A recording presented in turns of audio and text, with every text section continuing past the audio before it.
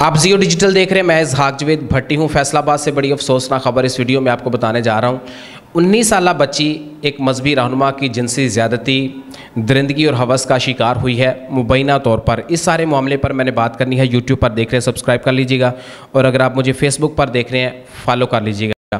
फैसलाबाद का बड़ा मशहूर इलाका है चक झुमरा। वहाँ का उसके करीब एक गाँव है 108 जीम बे तलवंडी उसे कहते हैं। वहाँ की ये बच्ची है, 19 साल इसकी उम्र है। सदा शहजादी इसका नाम है। ये बुनियादी तौर पर तालबा है, स्टूडेंट है ICS की। इसके वालिद का नाम जुल्फ़कार वल्द बहादुर मसीह है। इस बच्ची के साथ जिनसी ज़्यादती की गई है मुबैना तौर पर एक मजहबी रहनुमा की जानिब से। ये वाक़या जो है ये बाकायदा तौर पर गालबन 22 जून को जो है वो थाना जुमरा में रिपोर्ट हुआ है। इस वाक़े की FIR दर्ज की गई है। 5 मुलजमान के ख़िलाफ़ इस वाक़े की FIR दर्ज की गई है, जिसमें पहला मुलज़म जो है मरकज़ी मुलज़म जो है वो नवीद थॉमस वल्द यूनस है। ये इस वाक़े का मरकज़ी मुलज़म है। इस बंदे पर जो है वो इल्ज़ाम है, और ये बदकिस्मती से एक मजहबी रहनुमा है। ये चक नंबर 6 सरगोदा रोड फैसलाबाद का रहायशी है। इसमें 2 ख़वातीन और शामिल है। एक अनीता है और इसका खाविंद है एलवन मसीह, और चौथा मुलज़म जो है वो अरफक्षण भट्टी है। और ये सारे चक झुमरा कायदाबाद फैसलाबाद के रहने वाले हैं। इसमें 5वीं मुलज़मा जो है उसका नाम ज़रीना है। पेशे के हवाले से ये एक नर्स है। आगे जाकर इसका रोल बताता हूँ कि इसको FIR में दर्ज नामज़द क्यों किया गया है। FIR में जो मौक़िफ़ है मुद्दई का जुल्फ़कार वल्द बहादुर मसीह का जो मौक़िफ़ है उसके हवाले से थोड़ी सी बात करता हूँ। बेसिकली मैं आपको बताऊँ कि मसीही कम्युनिटी में जो एक कैथोलिक मिशन है, चर्च में जो पासबान होते हैं, पैरिश प्रीस्ट होते हैं, वो बुनियादी तौर पर कलीसिया जो है उन्हें फ़ादर कहती है। एक तकद्दुस के नाम पर या एहतराम के तौर पर या एक अदब के तौर पर उन्हें फ़ादर कहा जाता है। तो ये जिनसी ज़्यादती का बुनियादी इल्ज़ाम जो है वो फ़ादर नवीद थॉमस वल्द यूनस पर है, बदकिस्मती से। इस बंदे पर जो है वो इल्ज़ाम है। बाकी जो 4 मुलज़मान हैं वो सहूलतकार बताए गए हैं FIR के मतन के मुताबिक। जुल्फ़कार वल्द बहादुर का जो मौक़िफ़ है वो कहते हैं कि जी मेरी बेटी 19 साल की है और ये तालबा है। फ़ादर नवीद थॉमस मेरे घर आया करते थे दुआ के लिए, विज़िट के लिए, क्योंकि मजहबी पासमान जो हैं, मजहबी रहनुमा जो हैं वो शाम को जो है वो अपनी कलीसिया में जो है विज़िट करते हैं और दुआ करते हैं घर घर जाकर। तो वो कहते हैं इनके साथ मेरा ताल्लुक़ अच्छा था, और इनका पेशा चूँकि एक मजहबी पेशा था, तो ये बड़ा काबिल एतबार और काबिल एतमाद पेशा है, तो हम इन पर बहुत यकीन करते थे। तो इन्होंने कहा कि मैं सदा शहज़ादी को जो है वो शहर ले जाता हूँ, वहाँ पर इसकी काबिलियत में जो है वो इजाफ़ा करने के लिए वहाँ की अच्छी एकेडमी में इनका दाखिला करवा देता हूँ, वहाँ ये सिस्टर्स के साथ रह लेगी। तो ये इनको वहाँ से ले गए, और वहाँ इनको सिस्टर्स या पैरिश हाउस में ले जाने के बजाय वहाँ पर अनीता खातून पर, जिस पर इल्ज़ाम है सहूलतकारी का, उसके घर ले गए।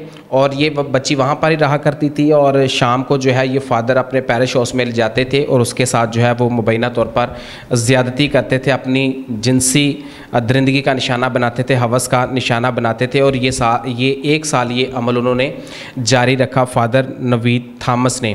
वो कहते हैं कि बच्ची जो है ये हामला हो गई, प्रेगनेंट हो गई, और इसका बाकायदा अबॉर्शन जो है वो करवाया गया ज़रीना नर्स का, जिसका मैंने बताया था कि इसका आगे जाकर आपको रोल बताता हूँ कि इस खातून को जो है वो इस FIR में क्यों नामज़द किया गया है।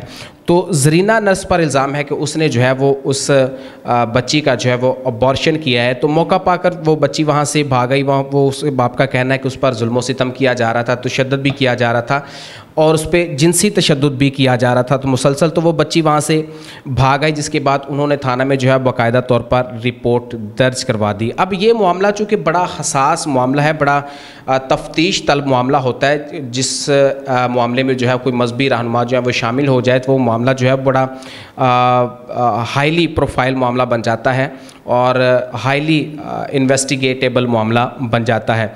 तो इस पर बेसिकली मैं आपको बताना चाहता हूँ कि जब जिनसी ज़्यादती 376 की FIR दर्ज होती है, तो उसका बाकायदा तौर पर जो है वो मेडिकल होता है। तो मेडिकल की बुनियाद पर ही जो है 376 की जिनसी ज़्यादती की जो है वो FIR दर्ज की जाती है। तो इसमें यह होता है कि इल्ज़ाम ही होता है, इन्वेस्टिगेशन के बाद या DNA के बाद ही पता चल सकता है कि जिस मुलज़म पर इल्ज़ाम आयद किया गया है वो इसमें जेनवन मुलजिम है वो उसी ने ज़्यादती की है या ज़्यादती किसी और ने की है। बाज़ औक़ात लोग जो है वो बाकी दीगर लोगों को जो है वो इंतकाम के तौर पर FIR में जो है वो नामज़द कर देते हैं, तो बाद में जो है वो इन्वेस्टिगेशन होती है, बाद में पता चलता है कि किस मुलजिम का क्या रोल है वाक़े के मुताबिक। तो ये इस बहुत जो है वो इन्वेस्टिगेट तलब बन जाता है, इस तरह का हाई प्रोफाइल मामला जो होता है जिसमें कोई मजहबी रहनुमा जो है वो शामिल हो जाए। तो ये इस मामले की FIR दर्ज की गई है। तो मैंने कोशिश की कि जुल्फ़कार से पूछते हैं, क्योंकि FIR के ऊपर उसका नंबर भी दर्ज है, तो मैंने सोचा कि पूछते हैं, ज़रा हक़ाइक़ मालूम करते हैं कि हक़ाइक़ क्या है इस वाक़े के, अब मज़ीद क्या सूरत हाल है इस मुतालिक। तो जुल्फ़कार कहता है जी मेरा जो मौक़िफ़ है वो मेरा FIR है, इस पर मैं मज़ीद कोई बात नहीं करना चाहता। तो मैंने कहा हो सकता है कि ज़रीना नस्र जिस पर इल्ज़ाम है अबॉर्शन का, तो उस पर ये इल्ज़ाम की हद तक वो क्या कहना चाहती है। तो मैंने उसे भी कॉल की क्योंकि उसका नंबर भी FIR के ऊपर। तो ज़रीना से जब मैंने बात किया तो बड़ा गैर अखलाक़ी जो है वो मौक़िफ़ उन्होंने अपनाया और बड़ी गैर अखलाक़ी गुफ्तगू की, सिर्फ मेरा मौक़िफ़ पूछने पर, उनसे हक़ाइक़ जानने पर ही। वो तुहानू मीडिया वालों शर्म नहीं आती, हया नहीं आता, तुहानू होर कोई काम को नहीं।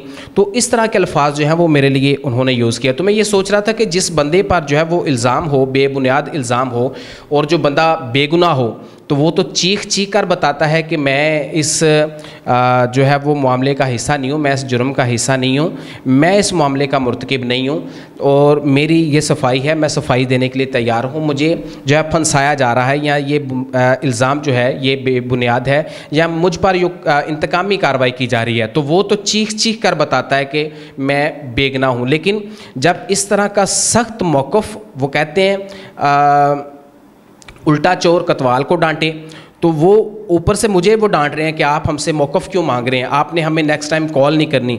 मैं कहता हूँ कि इतनी शर्म की बात है, इतनी शर्म से गिरी हुई बात है जिसका कोई अंदाज़ा नहीं है। एक बच्ची की इज़्ज़त का मामला है, एक वालिद की जो है वो इज़्ज़त का मामला है, बेटी की इज़्ज़त का मामला है, हवा की बेटी की इज़्ज़त का मामला है, और आप मुझे जो है वो शर्में सुना रहे हैं। शर्म तो आपको आनी चाहिए, बल्कि आपको डूब कर जो है वो मर जाना चाहिए। अगर आपको कहीं पानी नहीं मिलता तो किसी जो है वो गटर में, किसी नाली में जो है वो अपना सर जो है, अपना नाक जो है वो डबो लें और नाक डबो कर मर जाएँ। आपको तो शर्म आनी चाहिए इस मामले पर। आपको अपना जो है वो मौक़िफ़ पेश करना चाहिए कि मेरा इसमें क्या रोल है। तो मौक़िफ़ पूछना कोई गुनाह है? आपको ये गुनाह करते हुए शर्म नहीं आई? आपको ये गैर कानूनी, गैर अखलाकी काम में एक बच्ची की ज़िंदगी तबाह करते हुए शर्म नहीं आई? तो मुझे ये मामला रिपोर्ट करते हुए क्यों शर्म आएगी? तो मैं तो बताऊंगा कि आपने ये गैर कानूनी काम किया, आपने ये गैर अखलाकी काम किया है, और आपने एक जिसने जिनसी ज़्यादती की है, आपने उससे ज़्यादा जो है उस बच्ची के साथ ज़्यादती की है। तो आप तो इस जुर्म के जो है बराबर के मुर्तकिब हैं, और आप मुझे सुना रहे हैं कि आपको शर्म नहीं आती। शर्म आपको आनी चाहिए, और आपके जो सहूलतकार हैं, आपके वो लोग जो हैं जिनको आप फ़ोन देती हैं कि ये बात करें, मीडिया वालों की कॉल आ रही है, तो उनको भी शर्म आनी चाहिए आपको डिफेंड करते हुए। लेकिन मैं एट द एंड एक बात बताना चाहता हूँ कि अगर मजहबी रहनुमा पर इस तरह के इल्ज़ामात हैं, एक फ़ादर जो कि एक कलीसिया का रहनुमा होता है, मजहबी तालीम को वो फ्राहम करते हैं, पासबान होते हैं, वो मजहबी तालीम के जो है वो ज़िम्मेदार होते हैं अपनी कलीसिया के, अगर वो इस तरह की हरकतें करेंगे, वो इस तरह के काम करेंगे, तो फिर बताएं कि कलीसिया जो है वो किस पर यकीन करेगी। सबसे इज़्ज़त वाला, सबसे पाक और मोतबर और बाअदब जो एक ओहदा है वो एक पैरिश प्रीस्ट, एक फ़ादर, एक मजहबी रहनुमा, एक मजहबी पासबान का होता है। तो जब मजहबी पासबान इस तरह के काम करेंगे तो फिर मुझे बताएं कि फिर आम आवाम जो है वो अब किस पर भरोसा करे।